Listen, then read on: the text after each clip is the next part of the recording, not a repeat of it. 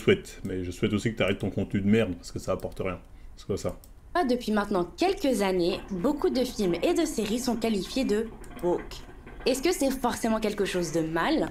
Y a-t-il trop d'inclusion dans les nouveaux films produits? Pourquoi ces accusations en réalité sont une volonté d'invisibiliser toutes les minorités, ce qui engendrera de l'harcèlement? C'est un sujet assez touchy, donc je demanderai à toutes et à tous d'être respectueux de différentes situations.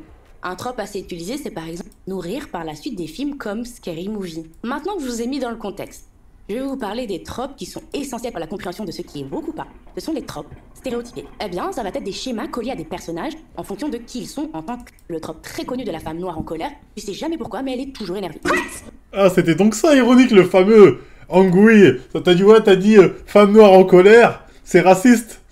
Moi, je savais pas ce truc-là avant que tu m'en parles. Et c'est ça dont elle parle. Le famille, tu sais quoi? Black Woman Angouille. Comme fourbe et vicieuse, et elle pratique toujours Le des... fameux Black Woman Angry, truc que j'ignorais Souvent totalement. acolyte du méchant dans le film, elle ne parle jamais, et le seul moment où on T'es la dommage, j'ai jamais entendu parler de ce le trope truc. très connu de la femme noire en colère, tu sais jamais pourquoi, mais elle est toujours énervée. De Malcolm, elle est toujours énervée, elle est pas noire. Hey baby. Ou encore la femme forte et résiliente qui accepte sa condition avec le sourire. Ou encore la femme noire sassy, impertinente.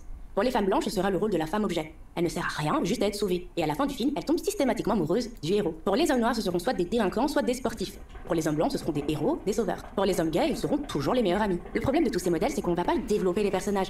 Tous les personnages féminins seront toujours sexualisés. Et dans l'ensemble, et tous serviront d'objet à la narration. Je vais pas citer tous les tropes qui existent, il y en a beaucoup trop. Mais c'est surtout pour mettre en lumière ce qui a été longtemps banalisé au cinéma. Il ne faut pas négliger l'influence de la culture cinématographique, littéraire, etc. sur la société. On a tous consommé des films remplis de stéréotypes depuis notre plus tendre enfance. Et pour certains, le rôle, l'image que l'on donnait d'eux était un avantage. Pour d'autres, non. Bon, maintenant qu'on a une vue assez globale, j'en suis sûre, il y a plusieurs films qui vous sont venus en tête quand j'ai énuméré ces différents cas. On est tous d'accord pour dire que tous ces différents stéréotypes sont totalement dépassés, voire ringards. Et bien voilà pourquoi depuis maintenant quelques années, de plus en plus de films, d'histoires de livres, de séries se détachent de ces stéréotypes. Mais cette déconstruction ne se fait pas seulement dans la culture, elle se fait aussi dans la société. Il y a une volonté de déconstruction sur de nombreux sujets. Mais ces changements ne font pas plaisir à tout le monde. En soi, le problème ce ne sont pas ces tropes, mais que ces rôles hyper stéréotypés seront toujours dédiés en grande majorité aux minorités. Si le love interest concerne deux hommes gays, c'est woke. Si une femme blanche est une héroïne, c'est woke. Si une femme noire est une reine, c'est woke. Si une femme asiatique est dans une comédie romantique, c'est woke. Vous l'aurez compris, un film sera jugé woke selon certains, à partir du moment où les personnages qui, à la base, servaient d'intermédiaires pour de simples moments de narration, seront dorénavant des personnages principaux, exploités sans stéréotypes. C'est pourquoi l'excellent film français, Le Comte de Monte Cristo réalisé par Alexandre de la Batelière et Mathieu Delaporte, a été chaleureusement accueilli par l'extrême droite. Pour une raison assez dingue. Parce qu'il n'y avait tout simplement pas de noir dans le film. Faut vraiment avoir un grain pour se réjouir de ce genre de choses. Mais là où il faut nuancer, c'est que le film, comme le livre, s'ancre dans une France du 19e siècle. Et oui, il y avait moins de diversité à l'époque. L'auteur initial, Alexandre Dumas, lui qui était un métis descendant d'esclaves, relate la représentation de son époque. Attends, Dumas, il a 2% de sang noir, tout le monde est là, métis. On souffle un peu. Hein. D'ailleurs, si sa vie et celle de ses contemporains comme Georges Sand, Balzac, Baudelaire, Flaubert vous intéresse, vous avez ce documentaire de 4 épisodes de 50 minutes sur Arte. C'est peut-être le meilleur documentaire que j'ai regardé en 2024. N'hésitez pas à aller le regarder, surtout si vous êtes des créatifs. Avec ce documentaire, on suit tous ces grands auteurs avant, pendant et après, brièvement, leur carrière. Il est rassurant sur beaucoup de points. Ah oui, je précise, quand même, ce n'est pas une sponsor. Bon, dans l'ensemble, je parle beaucoup d'un point de vue de film américain, c'est normal. Comme pour beaucoup, c'est avec cette industrie que j'ai grandi. Mais il y a aussi des tropes très stéréotypés dans les films français. Comme par exemple, le bourgeois qui sauve un jeune de banlieue et l'extrait de sa condition. Là encore, le problème n'est pas les films qui abordent ce genre de sujet. Le problème vient à partir du moment où très peu de films sont ouverts aux minorités ethniques, en l'occurrence en France, les Noirs, les Arabes, les Asiatiques. Et les seules fois où on les verra, ce sera pour un rôle qui les place comme pas comme les autres. Ils méritent de quitter la banlieue. Quand on veut, on peut. Quand on y met du sien. Ce genre de films qui prônent la méritocratie sont ceux que je déteste le plus. Ils servent juste à rassurer et surtout à déculpabiliser les classes aisées. Mais il y a un autre genre pour lequel on va beaucoup solliciter des acteurs de minorités ethniques. Des films de comédie. Mais pas n'importe quelle comédie. Des comédies de choc de culture. Là, ça va être des films pour lesquels on va rire des différences. D'ailleurs, l'actrice, réalisatrice, productrice et écrivaine, Aïssa Menga, qui a sorti le livre Noir n'est pas mon métier et le documentaire Regard Noir, elle s'entourait d'autres comédiens noirs pour parler de leur place au sein du cinéma français. Si je peux donner un exemple, Aïssa Menga explique un jour avoir voulu auditionner pour un rôle et se fait recaler parce que sur la fiche pour auditionner, il n'était pas précisé que le rôle était pour une femme noire. Donc du coup, là je me pose la question, quels sont les rôles pour les femmes noires? Est-ce que tous les rôles qu'on donne aux minorités doivent systématiquement être stéréotypés? Ou alors est-ce que le film doit être tourné sur la différence des protagonistes? Mais quand la réalité dépasse la fiction, est-ce que ce genre de stéréotypes ont un impact dans la vie réelle? C'est ce qu'on va voir dans le chapitre suivant. Il n'a pas totalement tort. Bon, bah dis. Ah.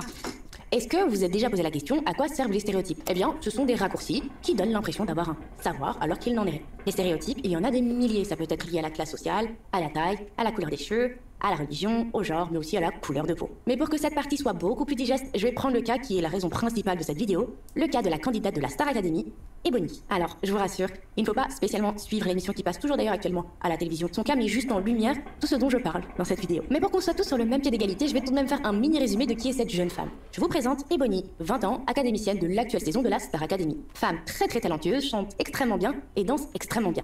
Mais la question que vous pouvez vous poser, c'est pourquoi parler d'elle dans cette vidéo? Eh bien, vous allez le comprendre tout au long de ce chapitre. Pour être totalement honnête avec vous, avant de vouloir faire cette vidéo, je ne regardais pas cette émission. J'ai commencé à regarder pour cette vidéo. Elle est mignonne, la meuf, elle est mignonne. Et je dois avouer que l'émission est très prenante. Tu t'attaches très facilement aux candidates ou aux candidats. Tu aimes les voir évoluer, et comme expliqué dans ma vidéo sur les télécrochets, c'est assez chouette de voir des stars naître sous tes yeux. Mais là est le problème pour Ebony. En commençant à écrire pour cette vidéo, je m'attendais pas à voir autant il y a un de petit haine. air avec Julia Gameuse. Un petit air avec Julia Gameuse. 7,5, t'es complètement tu délire. Autour d'une candidate. Une haine qui est totalement démesurée et injustifiée. Pour vraiment bien faire mes devoirs pour cette vidéo, j'ai même analysé les commentaires liés à toutes les vidéos où elle apparaissait.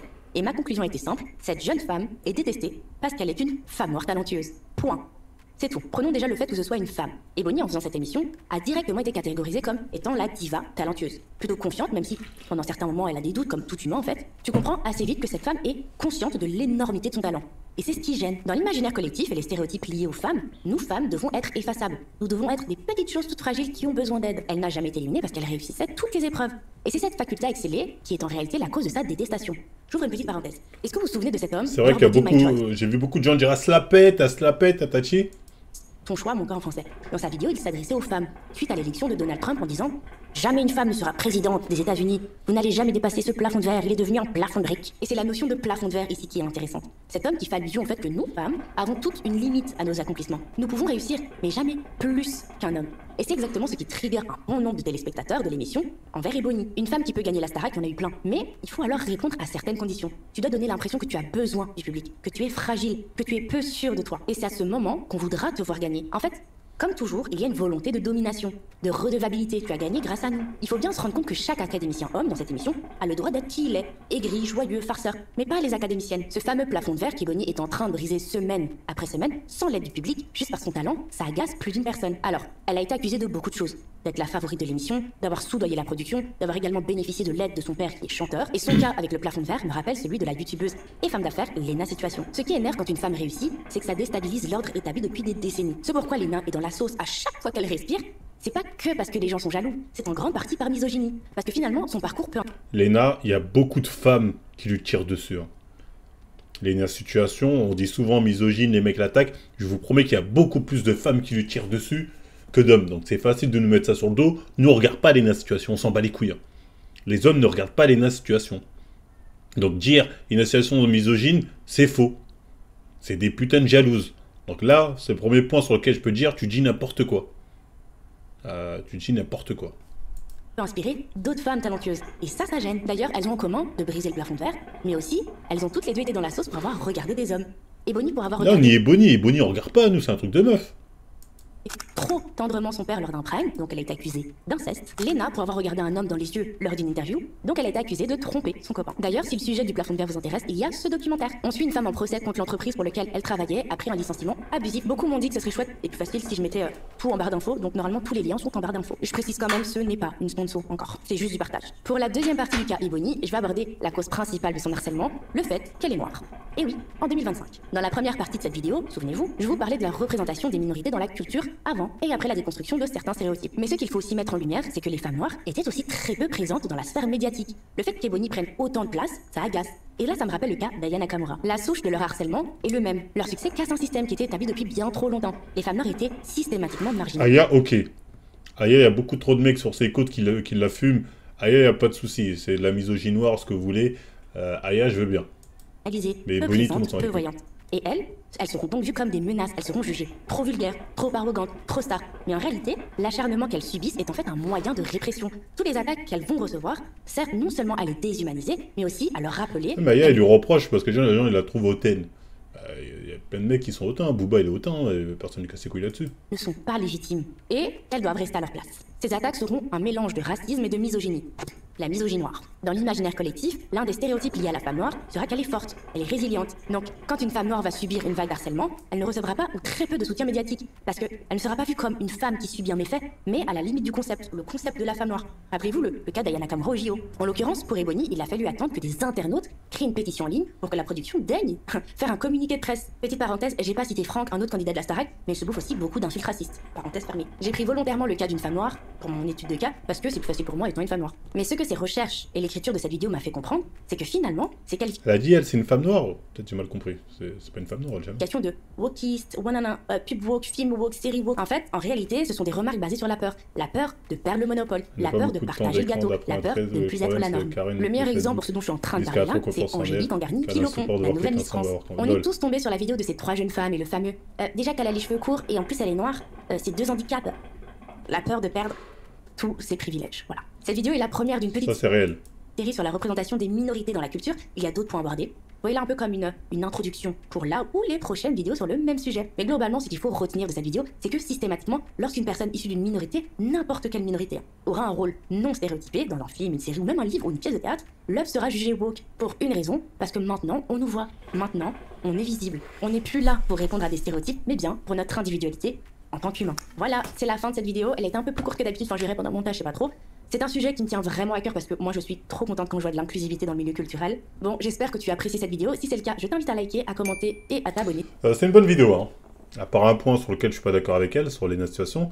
Sinon, c'est plutôt une bonne vidéo, hein. Faut lui reconnaître ça, elle a fait le taf.